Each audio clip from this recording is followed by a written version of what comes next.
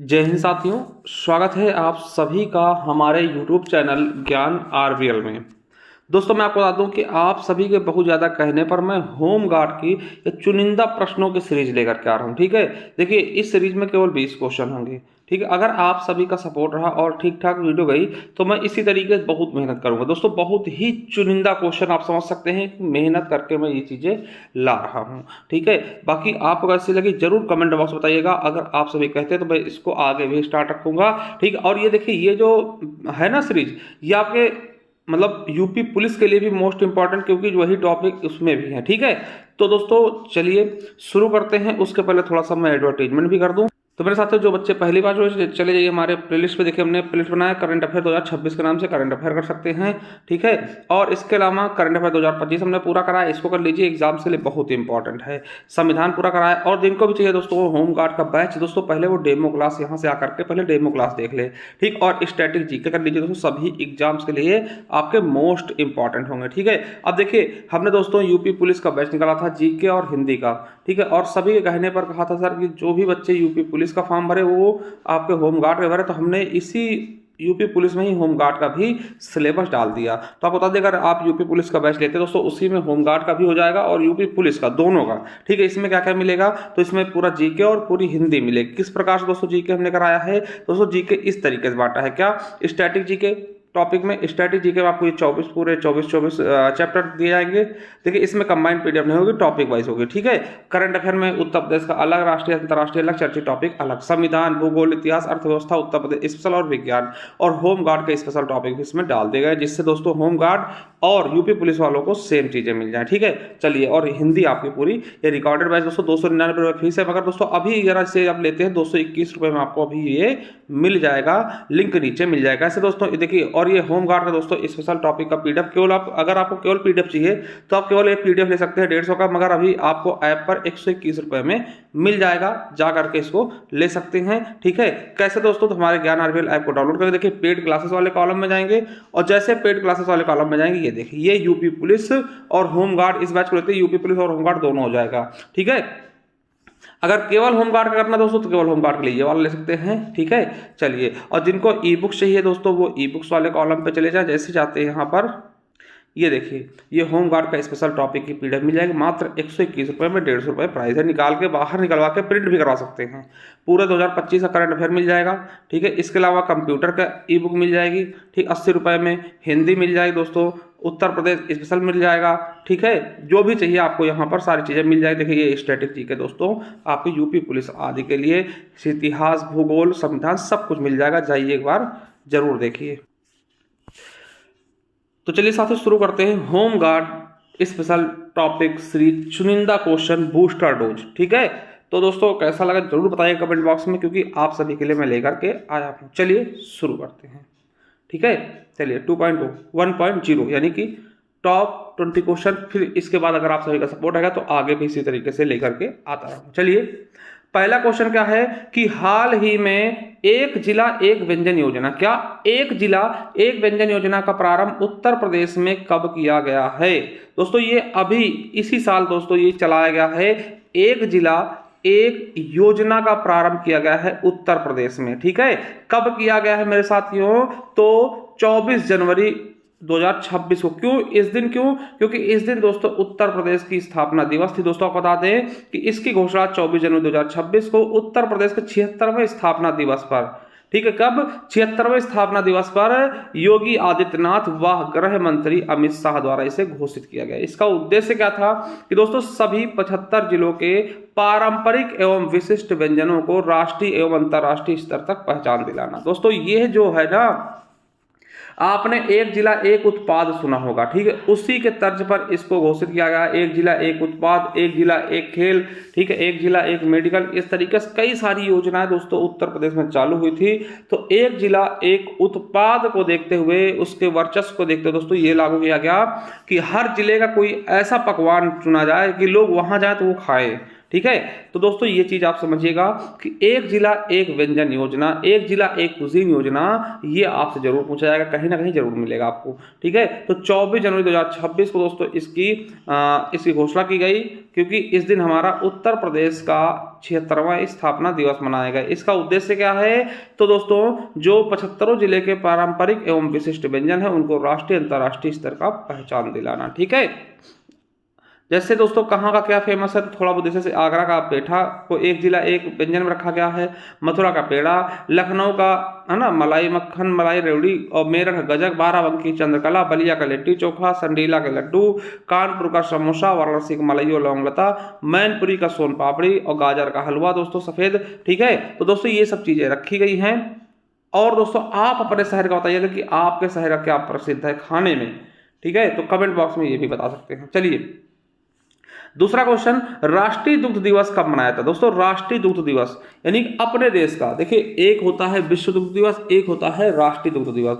तो राष्ट्रीय दुग्ध दिवस हम 26 नवंबर को मनाते हैं, और 26 नवंबर को ही दोस्तों हम क्या मनाते हैं? संविधान दिवस। क्या? संविधान दिवस, क्योंकि 26 नवंबर को ही दोस्तों हमारा संविधान कहीं ना कहीं लागू भी हो चुका था, बनके तैयार हो चुका था। ठीक है। अब देखिए 26 नवंबर को ही क्यों मनाते हैं दुग्ध दिवस, तो आप बता दें कि इसी दिन डॉक्टर वर्गीज कुरियन जी का 26 नवंबर 1921 को केरल के कोझिकोड में इनका जन्म हुआ था। इसीलिए हम प्रतिवर्ष 26 नवंबर को राष्ट्रीय दुग्ध दिवस के रूप में मनाते हैं। और क्यों दोस्तों? क्योंकि इन्हें हम श्वेत क्रांति का जनक कहते हैं। किसको? वर्गीज कुरियन जी को ही हम श्वेत क्रांति, दुग्ध क्रांति, ठीक है, ऑपरेशन फ्लड, इन सभी का जनक कहते। देखिए क्वेश्चन कई बार पूछे भी गए हैं। तो इसलिए दोस्तों हम 26 नवंबर को राष्ट्रीय दुग्ध दिवस भी मनाते हैं। किसके जन्म दिवस को? वर्गीज कुरियन जी को। ठीक। ये अमूल के संस्थापक भी हैं, जो अमूल दूध पीता है इंडिया। आप सुना होगा ना टैगलाइन, अमूल। ठीक है। जिसकी सुबह सुबह मैं चाय भी पीता हूं। ठीक। तो याद रखिएगा। चलिए अगला है राष्ट्रीय सुशासन दिवस प्रतिवर्ष 25 दिसंबर को किसके जयंती पर मनाया था? दोस्तों बहुत इंपॉर्टेंट क्वेश्चन है। तो राष्ट्रीय सुशासन दिवस प्रतिवर्ष दोस्तों अटल बिहारी वाजपेयी की जयंती पर मनाया था। तो इन्हें 2015 में भारत रत्न दिया गया।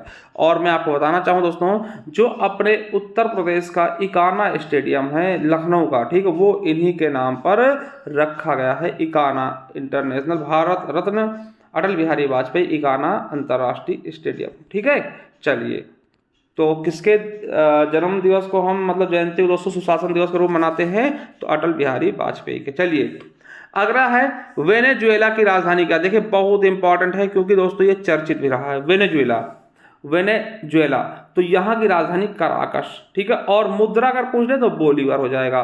ठीक है। देखिए चर्चित क्यों है? क्योंकि दोस्तों आपको पता है कि यहाँ के जो राष्ट्रपति थे निकोलस मादुरो को, ठीक है, अमेरिका ने उठा लिया था। देखिए आप बता दें, अमेरिका ने जनवरी 2026 की शुरुआत में वेनेजुएला के तत्कालीन राष्ट्रपति निकोलस मादुरो, देखिए इनका भी नाम याद रख लेना, हो सकता है पूछ भी लिया जाए करंट में, ठीक है, के खिलाफ गुप्त ऑपरेशन का नाम क्या रखा था? ऑपरेशन एब्सोल्यूट रिसॉल्ट नामक एक बड़ा सैन्य अभियान चलाया। इस ऑपरेशन का उद्देश्य था मादुरो को उनके निवास से पकड़कर अमेरिका लाना और वहां नार्को टेररिज्म का आरोप लगाकर मुकदमा चलाना। तो दोस्तों वेनेजुएला दोस्तों आपको पता है कि तेल का बहुत बड़ा भंडार यहाँ पर है। ठीक है। और विश्व सुंदरी दोस्तों यहाँ बहुत होती है ना, तो याद रखिएगा कराकस राजधानी है और मुद्रा है बोलीवार। ठीक है। चलिए आगे देखते हैं अगला क्वेश्चन, भारत में बहादुरी का सर्वोच्च सम्मान कौन सा होता है? देखिए अगर पूछे भारत का सर्वोच्च सम्मान कौन सा है तो आप बताएंगे भारत रत्न, मगर भारत रत्न दोस्तों बहादुरी का नहीं है। ठीक है। भारत रत्न बहादुरी का नहीं। अगर बहादुरी का सबसे बड़ा सम्मान पूछा जाए, वीरता का सबसे बड़ा सम्मान पूछा जाए तो परमवीर चक्र होगा। ठीक है। कौन होगा? परमवीर चक्र। क्वेश्चन पूछा गया तभी मैं इन चीजों को आपके समक्ष लेकर आया हूं। और इसकी स्थापना 26 जनवरी 1950 को की गई है। किसकी? परमवीर चक्र की। ठीक है। अब आप कहेंगे सर कितनों को मिल चुका है, तो मैं कुछ आपको नाम गिना देता हूं। देखिए मेजर सोमनाथ शर्मा जी को सर्वप्रथम यह सम्मान मेजर सोमनाथ शर्मा को 1947 में मरणोपरांत दिया गया। दोस्तों ये क्वेश्चन आपके एग्जाम में पूछा गया कि सबसे पहला परमवीर चक्र किसको दिया गया, तो मेजर सोमनाथ शर्मा जी को। इसके अलावा आप देखेंगे तो लॉन्स नायक करम सिंह को, ठीक है, राघोगा राघवे को, है ना, नायक यदुनाथ को, मेजर पीरू सिंह है ना, पीरू सिंह को, कैप्टन गुरबचन सिंह को, है ना, धन सिंह को, सूबेदार जोगिंदर सिंह को, है ना, जोगिंदर सिंह आपने देखा होगा, जोगिंदर सिंह और मेजर शैतान सिंह। दोस्तों इन पर मूवी बनी ना अभी बॉर्डर 2, ठीक है, सॉरी इन पर नहीं बनी। हवलदार अब्दुल हामिद, कर्नल आरदेसिर तारापुर, लांस नायक, है ना, अल्बर्टा इक्का, फ्लाइंग ऑफिसर निर्मलजीत सिंह, हाँ इन पर बनी है निर्मलजीत सिंह ना। चलिए, और लेफ्टिनेंट अरुण क्षेत्रपाल दोस्तों इनको जानते हैं आप, इन पर मूवी बनी है अभी अभी 2026 में ही 21, है ना, क्योंकि 21 साल में शहीद हुए थे। मेजर होशियार सिंह के बारे में आपने देखा था दोस्तों, किसमें वरुण धवन को देखा था ना बॉर्डर 2 में, तो इनके ऊपर मूवी बन चुकी है। नायाब सूबेदार बनना, और मेजर रामास्वामी परमेश्वरम, लेफ्टिनेंट मनोज कुमार पांडे, योगेंद्र सिंह दोस्तों ये अभी ये जीवित भी है दोस्तों, आपने इनको सुना भी होगा, है ना, और राइफलमैन संजय कुमार, कैप्टन विक्रम बत्रा। चलिए तो दोस्तों मैं कुछ मूवी के नाम बताता हूँ, क्योंकि हो सकता है पूछ लिए, ठीक है। मेजर शैतान सिंह, इन पर दोस्तों मूवी बनी थी, मरणोपरांत दोस्तों, है ना, इन्हें मिला था रजनीश घाई द्वारा दोस्तों 2025 में इन पर मूवी बनाई गई 120 बहादुर, ठीक है। तो मेजर शैतान सिंह पर, ठीक है, इन्होंने 1962 में रेजांगला की लड़ाई के दौरान उनकी असाधारणता, वीरता और नेतृत्व के लिए यह सम्मान दिया गया था। दूसरा तो कैप्टन विक्रम बत्रा पर बन चुकी शेरशाह मूवी आपने देखा होगा, सिद्धार्थ मल्होत्रा ने इनकी भूमिका निभाई थी, 2021 में रिलीज हुई। बॉर्डर 2 अभी दोस्तों, जिसमें फ्लाइंग ऑफिसर निर्मलजीत का किरदार दिलजीत दोसांझ और मेजर होशियार का किरदार वरुण धवन ने निभाया। और 21 दोस्तों अभी 2026 में जनवरी में रिलीज हुई है, लेफ्टिनेंट अरुण क्षेत्रपाल दोस्तों, जिनका रोल अगस्त नंदा द्वारा निभाया गया, और इनके पिताजी का रोल धर्मेंद्र जी ने, उनकी शायद धर्मेंद्र की अंतिम फिल्म थी। निर्माता श्रीराम राघवन जी हैं। तो ये दोस्तों ये कुछ मूवी के माध्यम से हमने वीर गाथा को याद किया है, ठीक है, तो ये चीज़ भी आपको याद रखना है। चलिए आगे देखते हैं कि क्वाड में कितने देश शामिल है। क्वाड एक संगठन है दोस्तों, है ना, जिसमें 4 देशों का संगठन है, क्या, अमेरिका, भारत, जापान और ऑस्ट्रेलिया। देखिए क्वाड का फुल फॉर्म भी पूछा गया है आप यूपीएसआई में, तो क्वाड्रिलेटरल सिक्योरिटी डायलॉग, इसे दोस्तों एशियाई नाटो भी कहते हैं, ये भी देखिए यूपीएसआई में पूछा गया। इसे चतुर्भुज सुरक्षा संवाद भी कहते हैं, इसमें Bharat, America, Japan, Australia Beed पूछा गया। और चतुर्भुज संवाद यानी कि क्वाड सुरक्षा, इनका उद्देश्य क्या है, तो सभी उद्देश्यों के लिए समुद्री सहयोग बढ़ाए दोस्तों, ये यूपी पुलिस से पूछा गया। और इसकी अवधारणा किसने रखी थी, तो क्वाड की अवधारणा औपचारिक रूप से सबसे पहले 2007 में जापान के पूर्व प्रधानमंत्री, जिनकी दोस्तों अभी वो जिंदा नहीं है, शिंजो अबे दोस्तों द्वारा प्रस्तुत की गई थी। तो क्वाड का फुल फॉर्म क्या है, क्वाड्रिलेटरल सिक्योरिटी डायलॉग, जिसे हम एशियाई नाटो भी कहते हैं, ठीक है, इसे हम चतुर्भुज सुरक्षा संवाद भी कहते हैं, ठीक है। इसका उद्देश्य यह है कि सुरक्षा उद्देश्यों के लिए समुद्री सहयोग बढ़ाए दोस्तों, चाइना को काउंटर करने के लिए चीजें करी गई थी, ठीक है। तो क्वाड में 4 देश है। चलिए अगला है कि राष्ट्रीय मानवाधिकार आयोग का मुख्यालय कहाँ दोस्तों, नई दिल्ली में है। बहुत इंपॉर्टेंट है, आपको बता दें कि भारत में राष्ट्रीय मानवाधिकार आयोग की स्थापना 12 अक्टूबर 1993 को मानव संरक्षण अधिनियम 1993 के अधीन किया गया था। मानव अधिकार संरक्षण अधिनियम 28 सितंबर 1993 को लागू किया गया, यूपी पुलिस में पूछा गया है चीजें, ठीक है। और राष्ट्रीय मानवाधिकार आयोग के प्रथम अध्यक्ष कौन थे, न्यायमूर्ति रंगनाथ सिंह, और वर्तमान दोस्तों कौन है, न्यायमूर्ति श्री वी रामकृष्णन जी, ठीक है। अभी तक कोई भी महिला राष्ट्रीय अध्यक्ष नहीं बनी है। चलिए आगे देखते हैं, क्या है कि इस एजेंसी को खुफिया जानकारी एकत्रित करने और भारत में प्रतिरोधक खुफिया गतिविधियों करने का कार्यभार सौंपा गया। किसको, तो दोस्तों आईबी को। किसको, आईबी को मेरे दोस्तों, यानी जिसको हम आसूचना ब्यूरो कहते हैं, यानी इंटेलिजेंस ब्यूरो। ये दोस्तों भारत के अंदर की खुफिया जानकारी, देखिए रॉ जो होती है, रॉ भारत के बाहर काम करती है, ये दोस्तों भारत के अंदर की काम करता है ना। ये एजेंसी देखेंगे यहाँ पर भारत के प्रतिनिधि होकर खुफिया, यानी भारत के अंदर रहकर भारत की जानकारी, भारत में कौन सी गतिविधियां हो रही उसकी जानकारी लेगी, तो वो आईबी करती है। यह गृह मंत्रालय का अधीन कार्य करती है, ये यूपीएसआई पूछा गया, ठीक है। या भारत के अंदर की जानकारी, खुफिया जानकारी देता है, ठीक है। आपको बता दें कि आंतरिक सुरक्षा के संबंधित सभी मामलों, जिसमें जासूसी हो गया, उग्रवाद हो गया, आतंकवाद शामिल है, के लिए एक केंद्रीय एजेंसी है ये, ठीक है। यूपीएसआई पूछा गया। ये देखिए ये आपके घर के भीतर की है, यानी कि भारत के अंदर काम करेगी। और रॉ के बारे में देख लीजिए, क्योंकि ये रॉ जो है ये भारत के बाहर काम करेगी, ठीक है, विदेश में। तो रॉ RANW, ठीक है। तो रिसर्च एंड एनालिसिस विंग दोस्तों फुल फॉर्म में पूछा गया है। इसकी दोस्तों स्थापना की बात कर ले 21 सितंबर 1968 को रामेश्वर नाथ के मार्गदर्शन में किया गया, ठीक। प्रमुख कौन है, पराग जैन, और यह भारत के बाहर की खुफिया जानकारी देता है। ठीक है, वही दोस्तों बात कर लेते हैं एक चीज़ और, एनआईए की। एनआईए क्या है? एनआईए फुल फॉर्म भी आपको यूपी पुलिस से पूछा गया, तो नेशनल इन्वेस्टिगेशन एजेंसी। इसे राष्ट्रीय जांच एजेंसी 2000 अधिनियम 2008 के तहत इसकी स्थापना की गई। इसका संगठन 2008 को हुआ है। नई दिल्ली में इसका मतलब कि क्या है दोस्तों, मुख्यालय है। सदानंद वसंत दोस्तों इसके प्रमुख हैं। ये आतंकवादी घटनाओं की जांच करता है। केंद्रीय आतंकवाद विरोधी कानून प्रवर्तन एजेंसी है दोस्तों ये। ठीक है, आपको बता दें ये भी याद रखेंगे। सीआईडी दोस्तों इसके जनक कौन है? राय बहादुर पंडित शंभुनाथ जी। ठीक है, तो हमने यहाँ पर आपको आईबी है ना, RAW और NIA तीनों में अंतर समझा दिया है। ठीक है, देखिए आईबी क्या है? देश के अंदर की जासूसी करेगा, देश के बाहर की जासूसी RAW करेगा। ठीक है, और दोस्तों NIA क्या करता है? ये आतंकवादी घटनाओं की जांच करता है। चलिए अगला है, किस भारतीय पड़ोसी देश को land of the thunder dragon कहते हैं दोस्तों? तो भूटान कहते हैं। भूटान दोस्तों भारत के पश्चिम बंगाल, सिक्किम, असम, अरुणाचल प्रदेश साथ सीमा साझा करता है। इसे हम लैंड ऑफ थंडर ड्रैगन कहते हैं। पेट और पुलिस में पूछा गया है। भारत भूटान का साम्राज्य पूर्वी हिमालय में स्थित दोस्तों, यहाँ के राजा जो है, चीजें छोड़िए। ठीक है, हाँ ये याद रखिएगा, ये आपके लिए इंपॉर्टेंट हो सकता है, करंट का है, कि भारत और भूटान के बीच पहली सीमा पार रेल संपर्क परियोजनाओं की मंजूरी मिल चुकी। 2 लाइनें शामिल हैं, जिस जहां का पहला क्या है? कोकराझार यानी असम से गोलेफू भूटान तक 70 किलोमीटर की लंबाई होगी, लगभग दोस्तों 3456 करोड़ की लागत में। दूसरा है बनारहाट पश्चिम बंगाल से समत्से यानी भूटान तक 20 किलोमीटर यानी टोटल 90 किलोमीटर। ठीक है, की परियोजना है दोस्तों। इसमें लागत कितनी होगी? 577 करोड़। ठीक है, तो याद रखेंगे टोटल लागत कितनी? 4053 करोड़ रुपए लगभग दोस्तों लगे, 4033 करोड़। ठीक है, राजधानी थिम्पू है। आज़ादी दिवस 17 दिसंबर 1907 को, और मुद्रा क्या है? नेगोल्ट्रम है दोस्तों, और संस्था का नाम है तसोंगडो। ठीक है, 20 राज्य इसके अंदर है। चलिए अगला क्वेश्चन, सिंधु जल समझौता भारत और पाकिस्तान के बीच हस्ताक्षर कब हुए?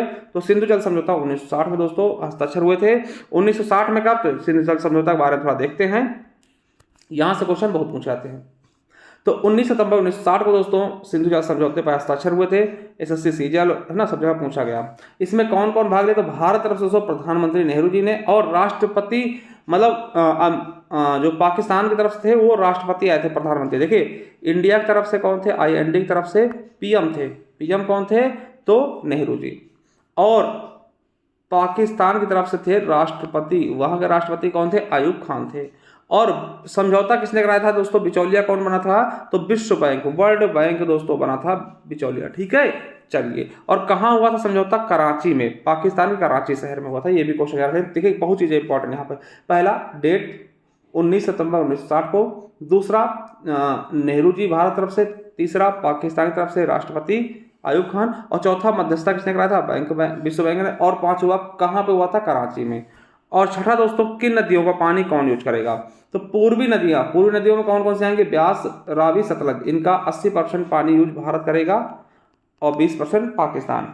और पश्चिमी नदियां सिंधु, झेलम, चिनाब, ठीक, इनका 80% यूज पानी कौन करेगा? पाकिस्तान करेगा। आपको बता दें इस समझौते को पहलगांव अटैक के बाद भारत तरफ से स्थगित कर दिया गया था। चलिए अगला है, भारत का पहला तेल रिफाइनरी उद्योग कहां स्थापित किया गया? दोस्तों डिगबोई। डिगबोई कहां? असम में। तो आप बता दें कि भारत का पहला तेल रिफाइनरी उद्योग डिगबोई असम में 1901 में असम ऑयल कंपनी द्वारा लगाया गया। यह एशिया की सबसे पुरानी और लंबे समय तक चालू रिफाइनरी है, जिसे भारत में तेल उत्पादन का जन्मदाता भी माना गया, जन्मस्थान भी माना गया है।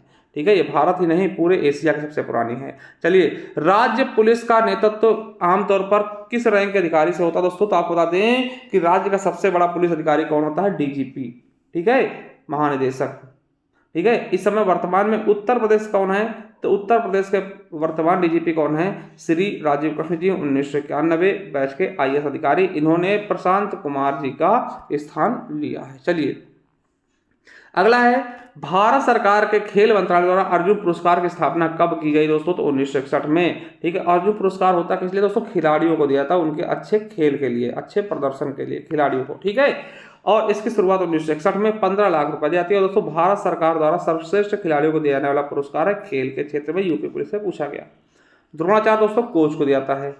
अर्जुन पुरस्कार किसको? खिलाड़ियों को दिया जाता है। ठीक है। चलिए अगर है किस भारतीय शास्त्रीय नृत्य की उत्पत्ति हुई दोस्तों, मतलब किस भारतीय शास्त्रीय नृत्य की उत्पत्ति उत्तर प्रदेश में हुई है, तो कथक की। किसकी? कथक की दोस्तों। चलिए अगला है कि किस नृत्य शैली में एक महिला नर्तकी नृत्य करते समय अपने सिर के ऊपर 108 रोशन दीपों के एक स्तंभ को संतुलित करते। दोस्तों ये चारकुला नृत्य होता है दोस्तों, वेरी वेरी वेरी इंपॉर्टेंट है। चारकुला नृत्य किस क्षेत्र का है, तो ब्रज क्षेत्र का है। कहाँ का है ये नृत्य?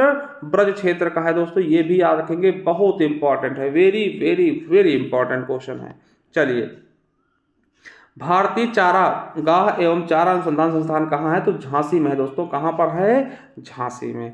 अगला है कि संयुक्त राष्ट्र महासभा की पहली महिला अध्यक्षा कौन थी, तो विजया लक्ष्मी पंडित जी थी।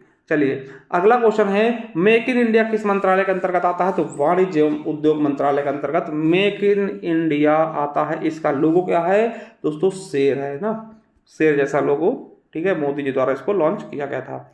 चलिए अगला है कि भारत की प्रथम औद्योगिक नीति कब घोषित की गई थी, तो 6 अप्रैल 1948 को। आपको बता दें कि देश की पहली औद्योगिक नीति घोषणा 6 अप्रैल 1948 को केंद्रीय उद्योग मंत्री डॉक्टर श्यामा प्रसाद मुखर्जी द्वारा की गई थी। इसके साथ ही मिश्रित अर्थव्यवस्था की नींव भी रखी गई थी भारत में। चलिए अगला है रिएक्टर स्केल पैमाने खोज किसने की, तो चार्ल्स रिक्टर ने। ठीक, तो रिक्टर स्केल क्या होता है दोस्तों? इसके भूकंप मापा जाता है, ठीक है। भूकंप को मापने का एक स्केल पैमाना होता है दोस्तों, जिससे भूकंप की तीव्रता को मापा जाता है। समझ गए? बहुत अच्छे से, आई होप समझ में आया होगा और अच्छा भी लगा होगा दोस्तों, क्योंकि चुनिंदा क्वेश्चन है। कैसा लगा वीडियो जरूर बताइएगा। अगर आप सभी बताते हैं, सपोर्ट करते हैं और ये वीडियो ठीक ठाक दोस्तों जाती है रेंज में, है ना, 1000-2000 प्लस जाती है, तो मैं दूसरा पार्ट भी इसका लेकर के आऊँगा इसी तरीके से। और आपको बता दें कि 2026 का पूरा करंट अफेयर जनवरी से लेकर दिसंबर तक आपको मिलेगा। जैसे महीने समाप्त होगा मात्र 26 रुपये में अभी मिल जाएगा दोस्तों। 51 रुपये इसका प्राइस है, मात्र 26 रुपये में अभी आपको मिल जाएगा।